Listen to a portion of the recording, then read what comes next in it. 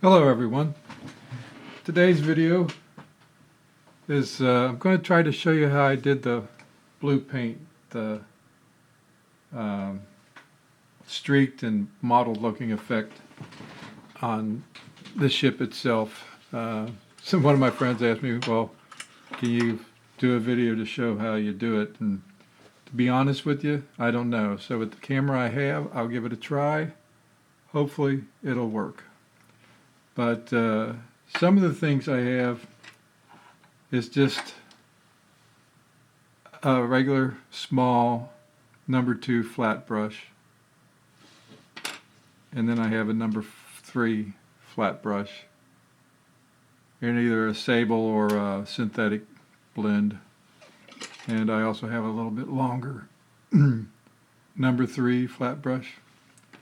And then for the doppling effect I have a number 4 brush, and I don't know if you can see it or not, but anyway, it is just all tore to pieces. And I don't try to repair it, I just leave it that way to hopefully show that it's how I get a dippling or doppling effect on the paint. So one of the first things I do is, you'll notice some of these are already done. Let's say one I try to get a basic gray paint on it, and then I just do a blue wash. And the wash I use, I found a long time ago, was this Polyscale acrylic wash blue, and it's from the Railroad Colors, and you can still find them. I like Polyscale paints the best of any paints I've ever used. Back in the day when they were Polyscale and before they were bought originally, the paint at the beginning was a little rough. They were not so finely ground pigments, but there towards the end, before testers bought them, they had really gone through and redone their formulas and were quite a great paint, and you could thin them and spray them with just water. And then testers bought them, and shortly afterwards they discontinued all the military colors. I tried to buy as many as I could, but I couldn't buy all the ones I wanted, which would have been hundreds of them. And then the Railroad Colors were still around, and a lot of the Railroad Colors you can mix and blend into a lot of military colors. The Pullman green's very close to olive drab, and just mixing and matching and on your own you can do a lot. So I still prefer the Poly-S paints to any brand out there. Although I will say that you can buy these Craft Smart or Folk Art paints at like Michael's and places, and you can get like a 2-ounce jar like this. Used to be for under $1. I don't know what they are today. They're probably $2 or $3, but still it's a good buy. And another brand I like still is from the Micromart catalog, Microlux. They still have some of the Railroad Colors that I thought were taken over from the Polyscale colors. So still pretty good paint that you can get. They don't have a problem with cracking or anything like that. So I'll just take a number, what is this, number 3 flat, and just barely go into the stain. And then, since the turret on these were tapered from back to front, water in a flow is going to go from the highest point to the lowest point. But these battleships had gun blast on top of them. They had debris and stuff from the other guns firing, and grime and things. So when the water came down, it didn't always flow exactly straight, but it went from high to low. So what I just did was, I tried to keep the strokes straight, and I'm just putting enough color on there to get a little base.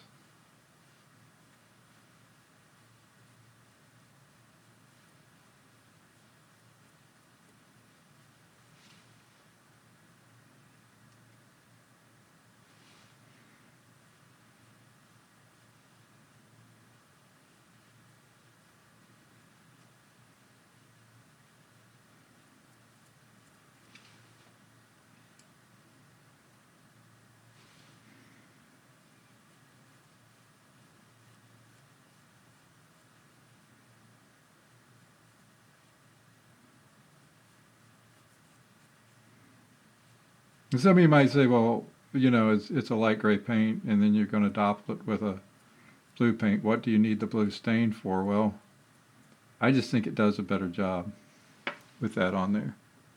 So as you can tell by the gun barrels, they're a lot lighter. And then when you turn that up, hopefully you can see on the camera that you're starting to get a blue base on that gray paint. And then there I show you what the side of that looks like. But on this turret top, I took some pieces off. So I've got some wood, I've got some gray, and I went over it with some blue. So it should be a very interesting color mix. But the first step is just doing the stain. Or at least that's how I do it. I'm sure there's a million other guys out there with a million other ways of doing it, but for me, I just like doing the stain first, letting it dry. And then the second color I've been using for that was a polyscale paint. I don't know if it's going to show or not, but anyway, it's called Blue number 23 USGM 3-1. And what I'm going to try to do with this is put on a really thin coat. Oh, let's even try it on this one, see how this one turns out.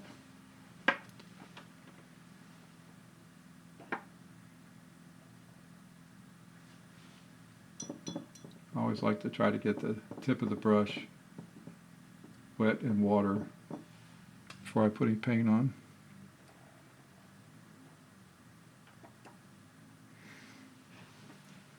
Hopefully you can see this.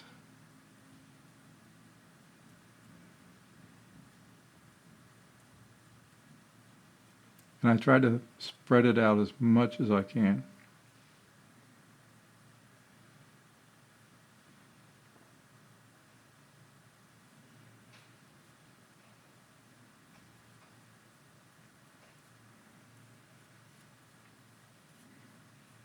I want some streaks in it.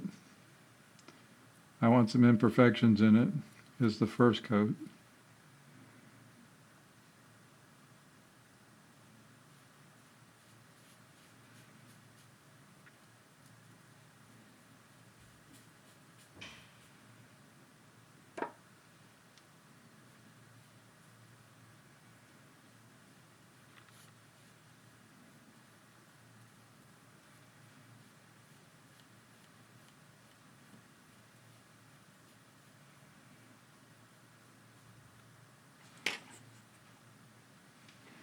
So you can start to see it's looking kind of ratty and nasty.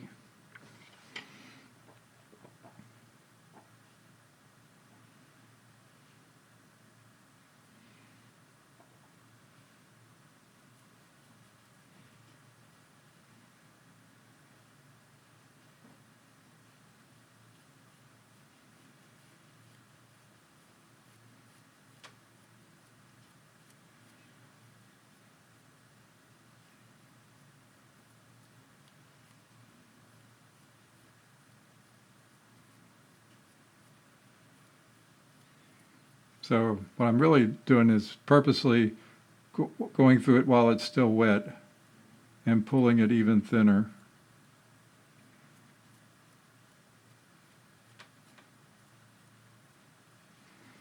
Making it look as nasty with some of the lighter colors still showing through.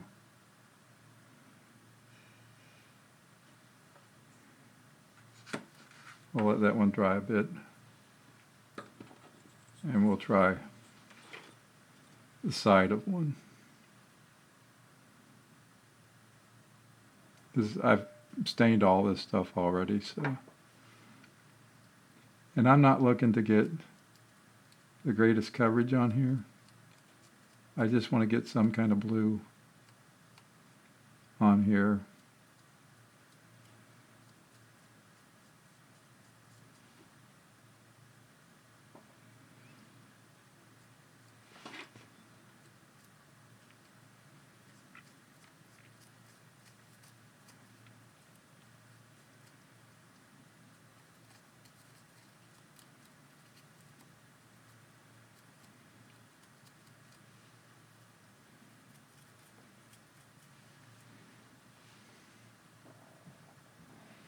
Sorry for the camera angles. They may not be the best in the world, but it's about the best I can do with this old camera I have.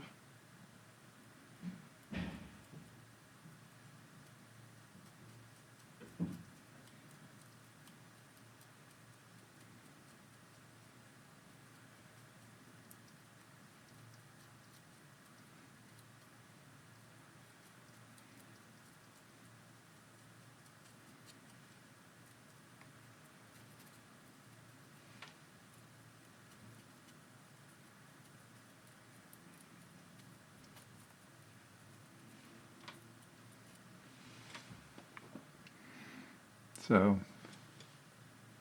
hopefully this is showing up where you can see how bad it looks. We'll set that one aside for a second. I'll clean out this brush.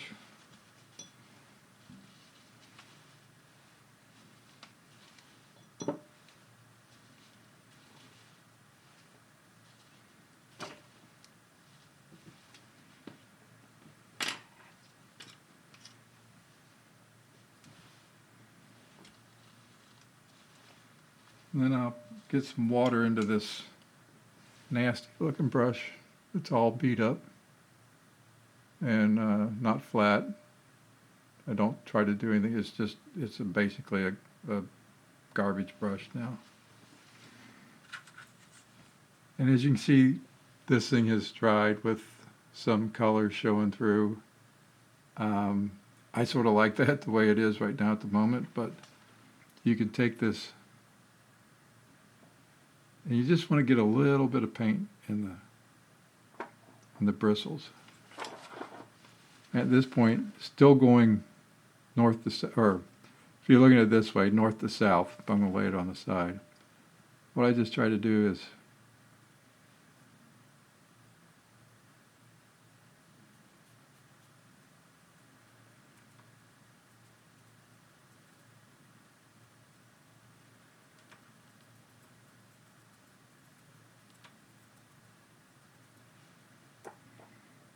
you're probably thinking, well, this isn't going to do anything. But actually, as it dries,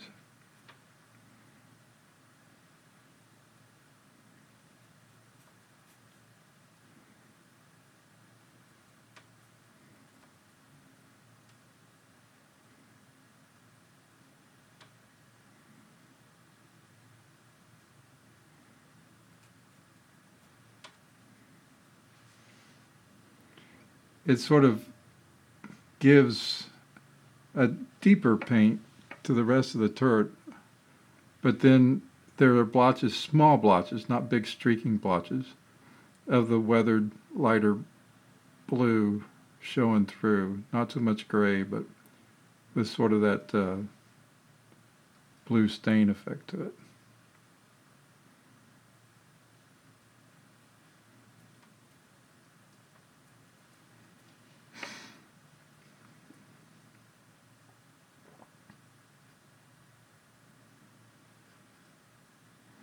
We'll set that aside for a second. And then it's all too in the eye of the beholder. I mean, you may want to have the paint with no splotches coming through, but as I think I showed in part 3, some of the pictures of the battleships out there, that there was just, I mean, the paint looked horrible from, I guess the sun would just bleach out some areas that, my dad grew up in Ashland, Kentucky he was born in 1930. And then when the war came, just about every town in the country had a paint plant. And they were making paint for the government. And his uncle who worked there, when I was little and would ask him about what he did, he painted landing craft on the river there. And they made these, I guess you would call wooden early type or prototype landing craft, but they were painting them. And he said the cans of paint you would open up that was supposed to be this color gray or this color blue, he says the difference between each can was so striking that when you ran out of paint and you had to load the gun and started painting the rest of the ship, you could have a multi-toned boat just out of painting it brand new. So let's see what we can do here.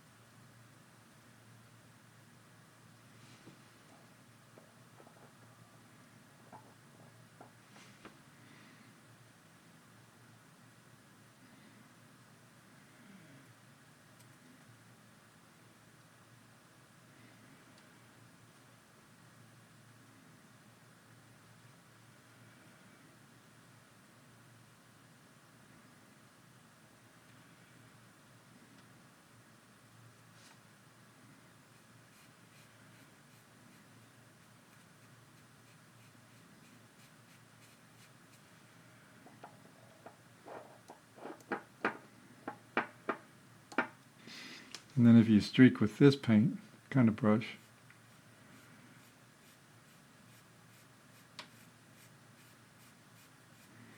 you can get some pretty good coverage out of it.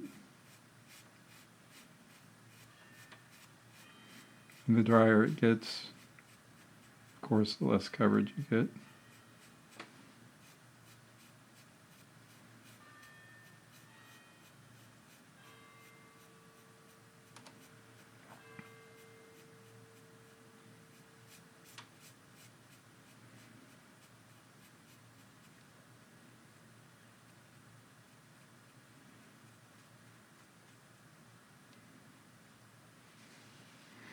And then as you look at that, hopefully you can see some streaking in it. I think it shows up a bit. But when you dipple the side, or whatever you want to call it, stipple, dipple, top, you get some paint effects that leave the old gray in there and the blue and the phase. Now we'll try to wait for this one to dry a little bit.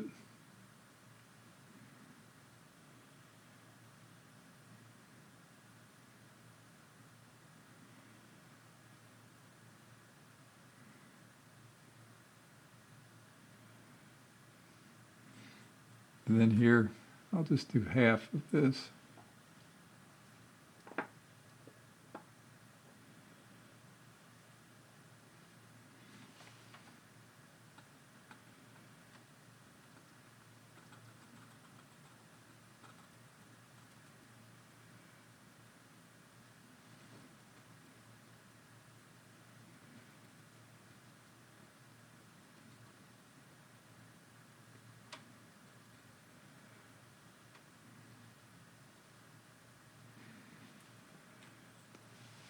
And as that dries, it'll even out the effect, but then leave light ghosting areas of how the paint would look when it would blotch.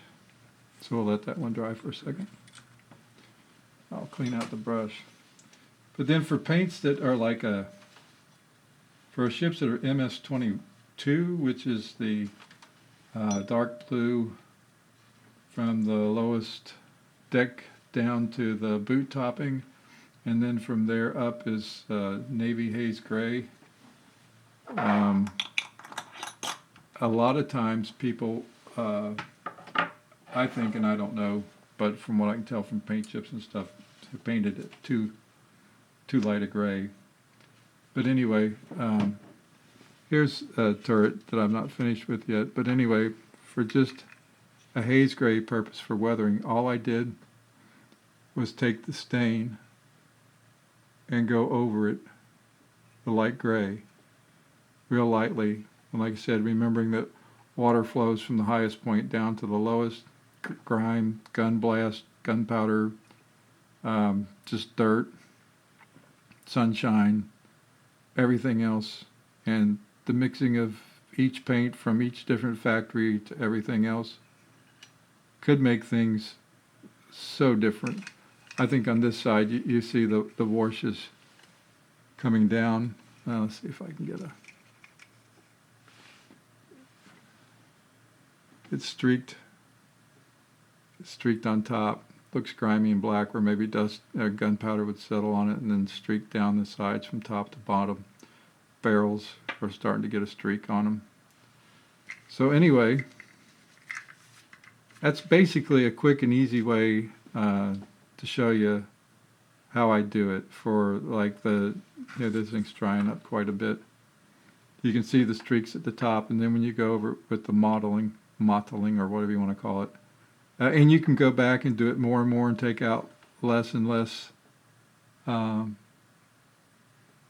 light gray or whatever, or you can keep doing coats of streaks, long streaks, and do it that way. And if you don't ever get afraid of anything, because if you get to a point and you look at it and you don't like it, all you have to do is get you a sanding stick or a piece of 400 grit sandpaper or 280 or whatever you want to use, and go back over it, sand it completely off or sand it down. You'll be surprised how much sanding can change the tone of it, that you might like it even more.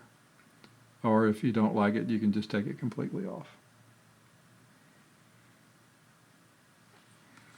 I just wanted to make a little video. Hopefully you all can use some of it or pieces and parts that you might like of it.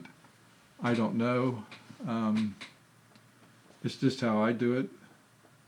And like I say, I'll work at it and keep going. And let's see if I can spin over here real quick.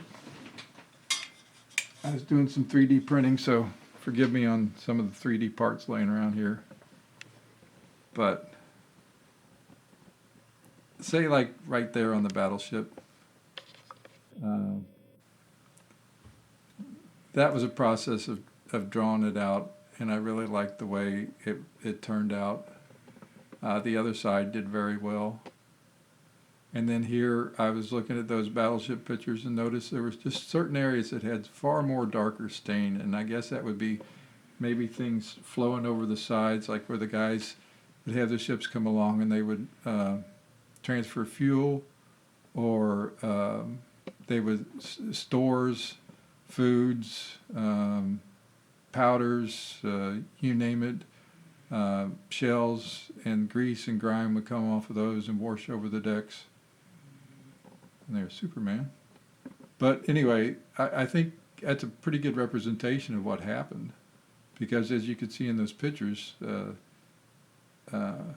they faded a bit, let's say on the West Coast or the East Coast, and then by the time they got to the Pacific, and then spent another 6 months over in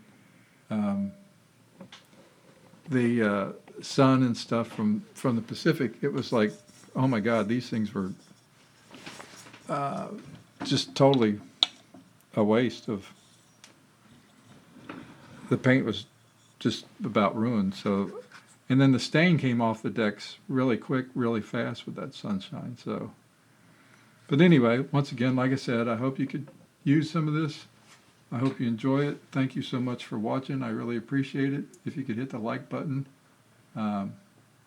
please do so. The like and subscribe. Let YouTube know that people are watching these videos and enjoying them. And once again, thank you so much. You all have a great day. Be safe. Talk to you later. Have a good one. Bye-bye.